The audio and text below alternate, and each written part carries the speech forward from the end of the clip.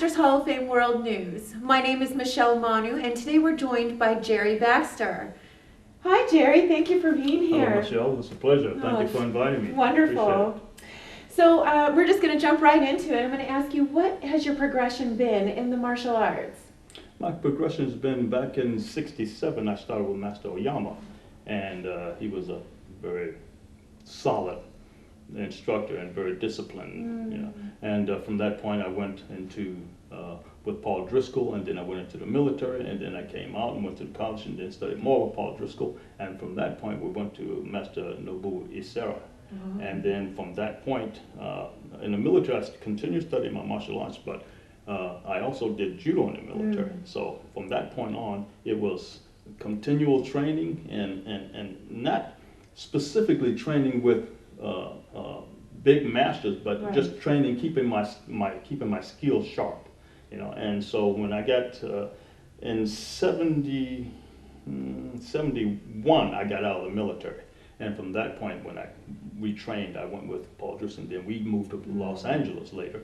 And then from that point, I ran into a couple other people who were training with him. And then I ran into Master Yu. And then I started training with him. And I got I was, you know, as a non-serious martial artist, as so they thought. And I was in there beating some of his black belts. So he had to promote me. So then from that point, we went to training different people personally, private instructor. I trained Yakov Smirnov and Norman Lajum.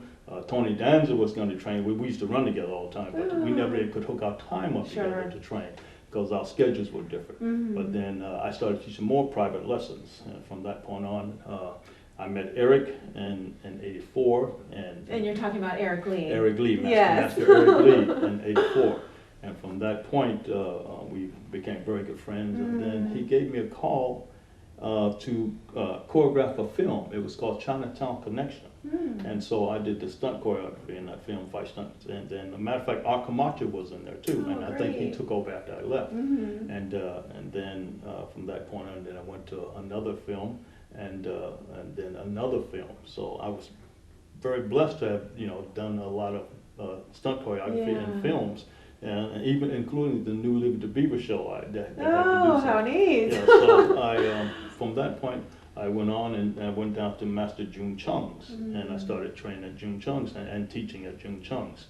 And then I just got more into the acting aspect of it. And then from that point, I started getting more lead roles and things. And then that's how it happened. And here you are. Yeah, here I am. Well, Jerry, what are some of the people that you've had the pleasure of working with that stand out to you during your movie career?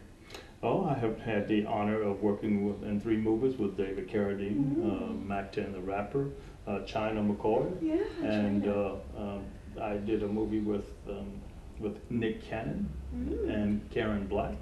So I've been very blessed to have co-starred with some of these people. You know, you said something about studying under masters, and I think most of our audience can agree. It's not really necessarily studying under these great grand masters. It's keeping up with our own skill set and challenging ourselves. And so you have been active since 1967, you know, pushing yourself, learning more and more, gathering more and more tools, which probably made you very, very valuable to those private and, you know, students that you took on. I think so. I think that helps tremendously. You know, I even got to go up to the mountains, and Eric Lee and I went up to and train with Gene LaBelle for a while, you know, and he was such a nice guy that he told me to put a chokehold on him. So I'm putting a chokehold on him.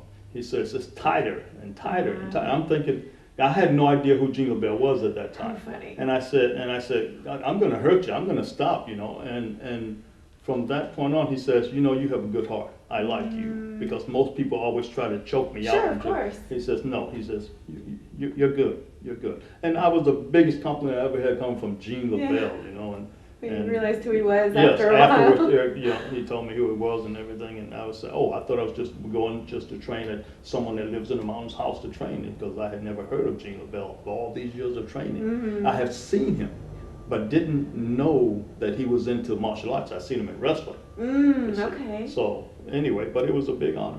You know, it's interesting, that also brings up the deeper issue of intention of an artist. Yes. And, you know, when we work with other people and we're constantly feeling other people as we work techniques, it's really interesting how it becomes apparent, the person's intent that you're working Correct. with. And you meet a lot that don't have great intent, you know, That's are here to true. hurt or show off, maybe yeah, out of insecurity. unfortunately. But then you meet some really great people, you know, that you know Thank you. they're authentic and they have good intentions. So. Yes. So when did you fall in love with martial arts? I mean, was it the moment that you laid eyes on it in 1967, you started moving, or was it there a pivotal point when you fell in love with martial arts? Yes, there was. I was a wrestler. I was a 3-year varsity letterman wrestler in high school. Yeah. And there were 2 gentlemen, twin brothers, the Tituses, and they told me, they said, man, you need to go off, come with us to Ventura so you can start training martial arts. I said, I don't want to train no martial arts. I don't want to hurt nobody. He said, no, you don't have to do it. So I went. And at the end of that session, I mean, I thought wrestling was tough. But Master Oyama, we were drenched. And from that point on, I just loved it. It's like the feeling was like invigorating, you know, and I never stopped. That's how I got involved. I was talking to about 2 other, and they quit, and I stayed with it. How funny. Yeah. It's interesting how people refer us to certain people or things, and then when we stick with it, and they kind of fall off. It's just meant to be. Yes, exactly. You know, Well, God thank leads you. us. It's a very, very good story. And I think a lot of us share the same story, but, you know, kind of different versions. Yeah. You are the successful CEO of In the Black Productions, and I was wondering if you would share with our audience a little bit about your company. Well, my company is, I was producing film, okay, and had several people attached to the screenplay that I had written. It's called Invitation, and James Liu and Simon Rhee and TJ Storm, and had quite a few people attached to it with letters and everything. And you know, taking it to Hollywood, you would think that it would be something, hey, this is a great script, which it was, you know. Sure. They don't attach themselves to something that's just, you know. So anyway, I was turned down many, many times on that. So I said, well, let me just put it to rest and I'll pick it up later. So from that point on, I started writing more and more and more. And I finally wrote, which is the book that I'm completing now, which is called Choices, and it's about my dyslexia. And it's based on my true life story. It's about from the part of my preteen years. And it's a family-oriented story. And it's a wonderful story because it lets people know that when you have certain things that you have a problem with, you have to learn how to deal with it and how to not take it personally and get yourself, apply yourself in order to make yourself better. Wow. But my company is it's right now it's slow because I'm still working on getting this book done and then getting a couple other things done. But I had about 5 people working for me at one time, but now it's just myself. Sure. Okay, but it's okay because I know where I'm going, and that's a good thing. That's right. Yes. Illuminate your path. Yes. So, you know, besides being the CEO of In the Black Productions, you're a successful author. Do you find that there are several ingredients that make you successful in writing, or is it just a state of being, or do you need certain things laid out for you to have a successful day in writing? Would you talk about your writing process? Writing is something that comes from within. It's something that when you have thoughts, everyone can do it. It's just a matter of them, when they have thoughts, they have to get the thoughts out of their head and on paper, okay? And then it becomes like a puzzle. Then you put it together, and it will form its story, because when your thoughts come, usually those thoughts do not come back the same way. No, they don't. They're different. So you just have to make yourself right. You know, the idea comes, sit down, get it out of your head. And then if it comes in a session of things working together, then that's great. But if it doesn't, if the storyline is not, then put down what you have and then put it together. But writing is something that you have to love doing, because it's something that puts you into a creative state of pulling things out of the air and making them logical, and don't just put something on paper just because you want. Just make sure that you're telling a story and you're taking people on a roller coaster ride, so that you can give them thrills and disappointments and success. Yes. Yeah. Yes. Writing something that really have to apply yourself to. So at any point you could just start writing. When you're driving, do you make voice notes on a thought, or do you write them down? No, but sometimes I'll pull over. Yes, I'll write, but sometimes I'll pull over and take a note, and then later on at my computer, and I'll extend it out. Yeah. But yes, ideas come. You don't let it get away. Never let the ideas get away.